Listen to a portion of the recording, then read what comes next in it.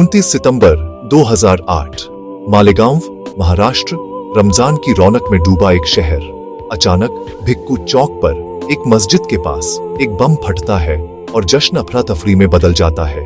एक मोटरसाइकिल पर छिपाया गया वो डिवाइस 6 लोगों की जान ले लेता है और 95 को घायल कर देता है। डर, कंफ्यूजन और गम पूरे समाज को जकड़ लेता है, क्योंकि परिवार अपने अपनों को ढूंढ रहे होते हैं।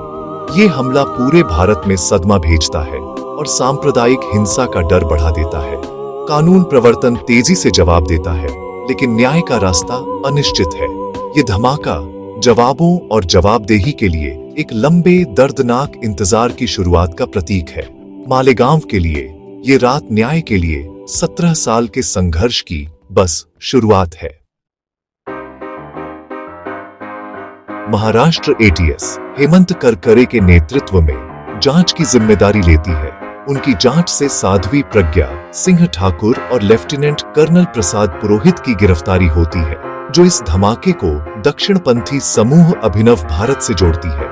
ये मामला एक राष्ट्रीय फ्लैश पॉइंट बन जाता है, जिससे भगवा आतंकवाद शब्द सामने आता है। आतंकवाद विरोधी कानूनों के तहत आरोप दायर किए जाते हैं, लेकिन 2011 में एनआईए इसे अपने हाथ में ले लेती है। एनआईए एमसीओ का सहित कई अहम आरोप हटा देती है, जिससे केस कमजोर हो जाता है और विवाद खड़ा हो जाता है। इकबालिया बयान इनएडमिसिबल हो जाते हैं और कुछ आरोपियों को बरी कर दिया जाता है।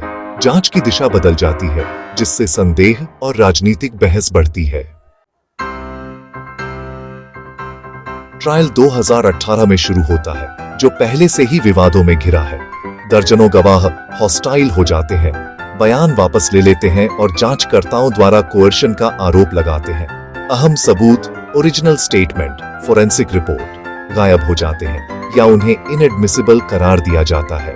अभियोजन साध्वी प्रज्ञा से मोटरसाइकिल या पुरोहित से विस्फोटक को जोड़ने में नाकाम रहता है। फोरेंसिक गवाही गेस वर्क पर आधारित होती है, साइंस पर नहीं।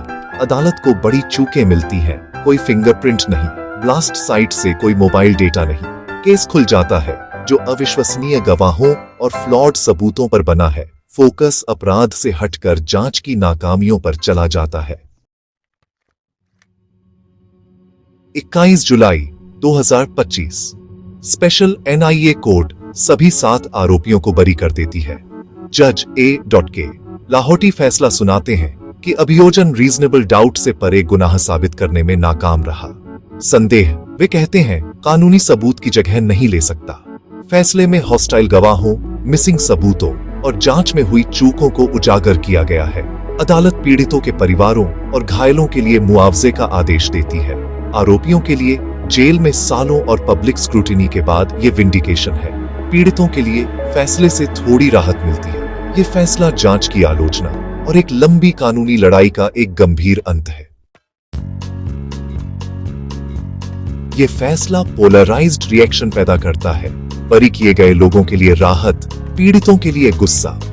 साध्वी प्रज्ञा और पुरोहित विंडिकेशन का दावा करते हैं, सालों के दर्द और खोई हुई प्रतिष्ठा का हवाला देते हैं। आलोचक तर्क देते हैं कि न्याय व्यवस्था फेल हो गई, जिससे असली अपराधी आजाद घूम रहे हैं।